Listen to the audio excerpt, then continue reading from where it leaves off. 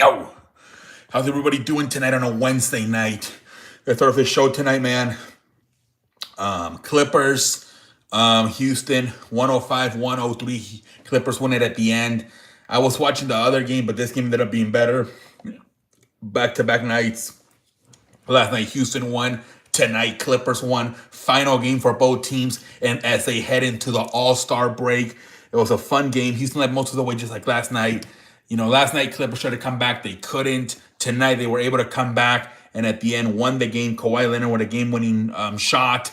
I think the final shot was taken by, it wasn't Durant. I believe it was Tyree Eisen, and he missed it. I don't know why you had Şengün, you had Kevin Durant. They decided to go with Tyree Eisen.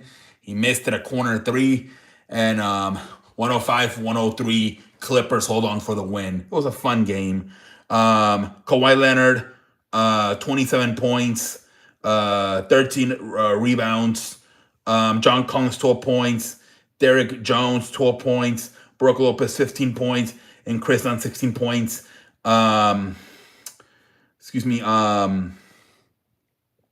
Benedict Merton, 15 off the bench. Much better production tonight from the Clippers role players to help out Kawhi Leonard compared to yesterday. Like I said, you got 15 from Lopez, 15 from Chris Dunn, and 15 from Benedict Martin. Much better production by the supporting cast tonight. And that was a huge difference why the Clippers were able to win tonight compared to yesterday. But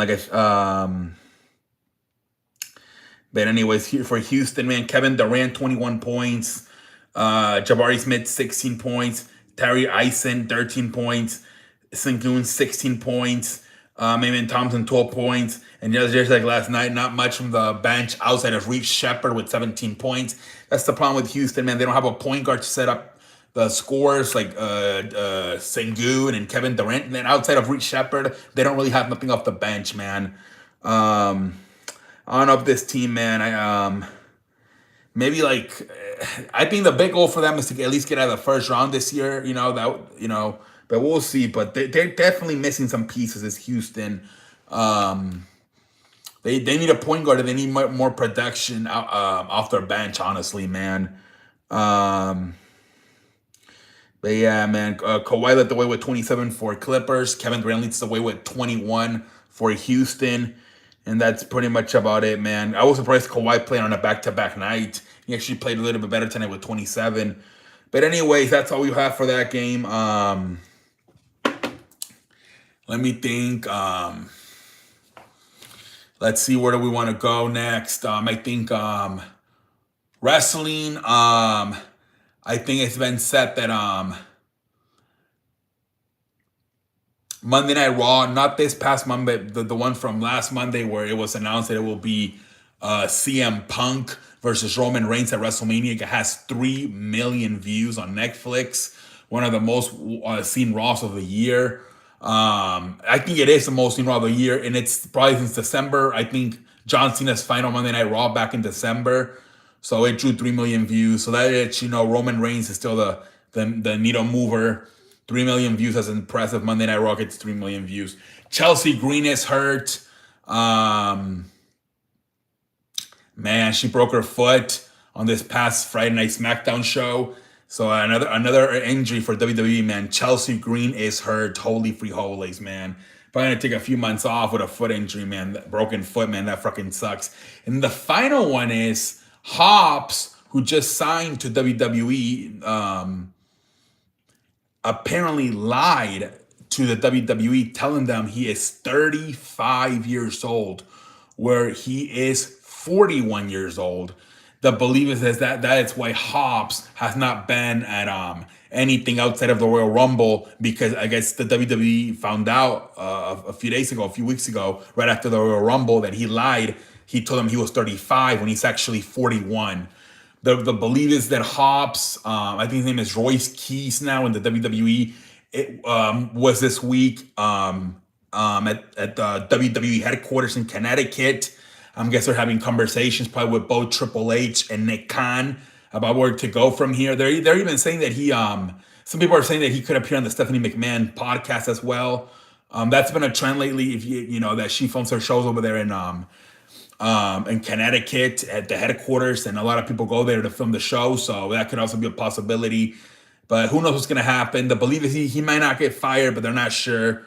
But obviously, WWE not too happy with Hobbs telling them he was 35 when instead of telling him his real age, which is 41.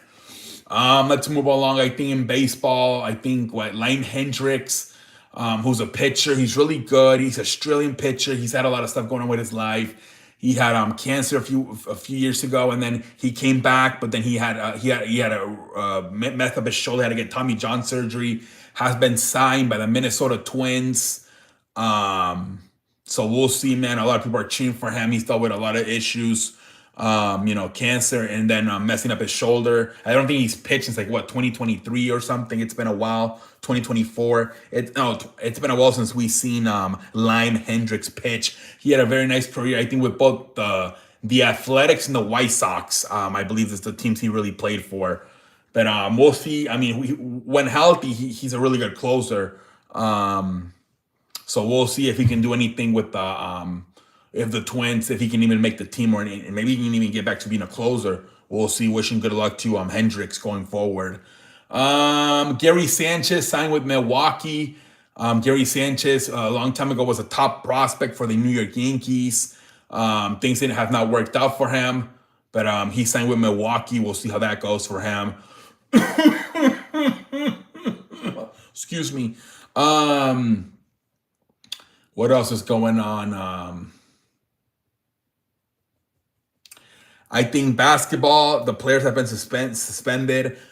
Stewart from Detroit was suspended 7 games for the fight this past Monday. And Miles Bridges from the Hornets was suspended 4 games. Some other players were suspended 3 games, 1 game, but those guys were the heavily too involved.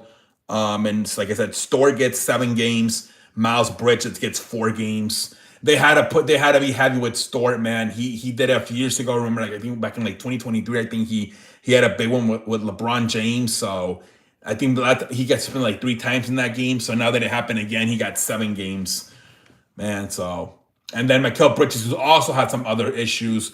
Miles Bridges, he gets 4 games. Let me see if there's anything else, ladies and gentlemen, to shoot the shit about. Let me see, football. I think I kind of might have gone over everything, ladies and gentlemen. Let me think. I think I kind of went over everything. All right, ladies and gentlemen, I am going to go ahead and call it a night here tonight, ladies and gentlemen. Thank you very much. I will be back tomorrow on the damn show, ladies and gentlemen. I hope you're entertained here tonight. You're enjoying the show. I hope you are enjoying the show. This is why we do what we do. You haven't seen anything yet. Enjoy the magic that I create every night when I come on here and grab a microphone. I shoot the shit, man. Nobody does it better than me, damn it. Show me the respect they deserve. Let me see, what else can I say tonight on a damn Wednesday night, ladies and gentlemen.